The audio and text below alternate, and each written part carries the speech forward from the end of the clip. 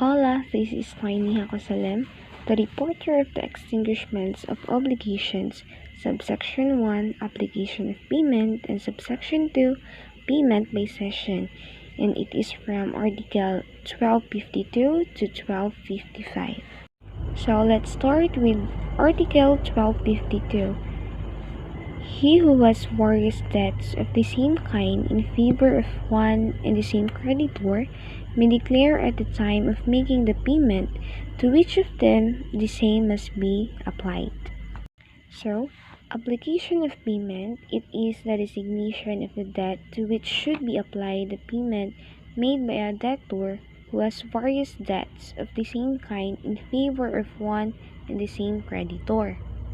So, take note that there is a various debts na pinag-uusapan dito.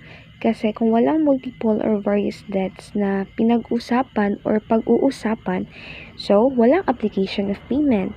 Or kung iisa lang din ang utang ng tao, so there is still no application of payment. So now, let's proceed for the requisites. So first, there must be one debtor and one creditor. Second, there must be two or more debts. And third, the debts must be of the same kind. And fourth, the debts to which payment made by the debtor has been applied must be due. And last, the payment made must not be sufficient to cover all the debts. So now, let's proceed to the example. And this is my example. Yumi owes Tien as follows. A. 1,000 pesos. Nag-utang si Yumi ng 1,000 pesos. And pangalawa, nag-utang na naman siya kay Tin ng 1,200 pesos. And pangatlo, nag-utang na naman siya ng 1,500 pesos kay Tin. And ang due date nito is on May 1, 2021. So, pagdating ng May 1, nagbayad si Yumi ng 3,000 pesos kay Tin. The question is application of payment allowed? Yes, it is allowed, although it is not enough to pay all her debts to Tin. But according to the requisites of application of payment, that the payment made must not be sufficient to cover all the debts.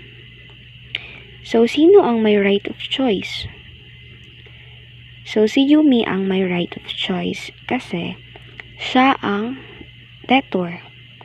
And it is according to the rule number 1 that the debtor has the first choice. The right to make application of payments primarily to the debtor. The debtor has the right to choose which of the several dues shall be paid. The right belongs primarily to the debtor or to Yumi. But there is a proper time for the designation of the payment. It must be made at the moment of payment. Also, Tin or the creditor may have the right to apply to which of the several debts the payment was made by issuing receipts, if the debtor failed to exercise his right, and the payment is deemed applied to the specific indebtedness mentioned in the receipt, if the debtor has accepted the receipt without objection. And now, let's go to the application of payments as to debts that not yet due cannot be made unless, first, there is a stipulation that the debtor may so apply, or it is made by the debtor or creditor as the case may be, for whose benefit the period has been constituted. So now, let's proceed to the Article 1253. If the debts produces interest, payment of the principal should not be deemed to have been made until the interests have been covered. So, ayon sa Article 1253, kapag ang utang ay nagkaroon na ng tubo or interest, ang kabayaran ng puhunan ay dapat na hindi tanggapin hanggang ang tubo ay hindi kasama. So, dapat interest must be paid first. And this is the example. Yumi owes Tin 5,000 pesos with an interest of 10%. So, ang hiniram ni Yumi kay Tin is 5,000 pesos at ang 10% dito is 500 pesos. So, a total amount of 5,500 pesos. Ngunit, ang binayad ni Yumi kay Tin is 5,000 pesos only. So, paano yon? So, let's go back to the article 1153 stated that interest must be paid first and it is obligatory. So, ito yung mangyayari. Yung 5,000 pesos na binayad ni Yumi kay Tin is kakaltasan muna yon ng 10% na interest which is 500 pesos. So, yung 5,000 pesos minus 500 pesos is equal to 4,500 pesos. So, yung 4,500 pesos, yan yung ikakaltas doon sa principal amount niya na 5,000. So, still, the debtor or si Yumi is still liable to pay the balance 500 pesos. And now, let's proceed to the Article 1254. So, when the payment cannot be applied in accordance with the preceding rules, or if application cannot be inferred from other circumstances, the debt which is most onerous to the debtor among those due shall be deemed to have been satisfied. Meaning, kung ang kabayaran ay hindi magagamit sa mga naunang batas o kung ang mga ito ay hindi maiangkop sa mga pagkakataon, ang utang na may kalakip na matinding obligasyon ang siyang dapat na unahin. And there is a rules in case no application of payment has been voluntarily made. So first, apply to the most onerous debts. So when we say onerous, ito yung mga burdensome na utang or for example, yung mga old debts, mga obligasyon na may penal clause, or yung may mga interest mo na utang. If the debts due are of the same nature and burden, the payment shall be applied to all of them proportionately. So I have an example on how to apply our payment proportionately. So example, Yumi owes Tin 12,000 pesos.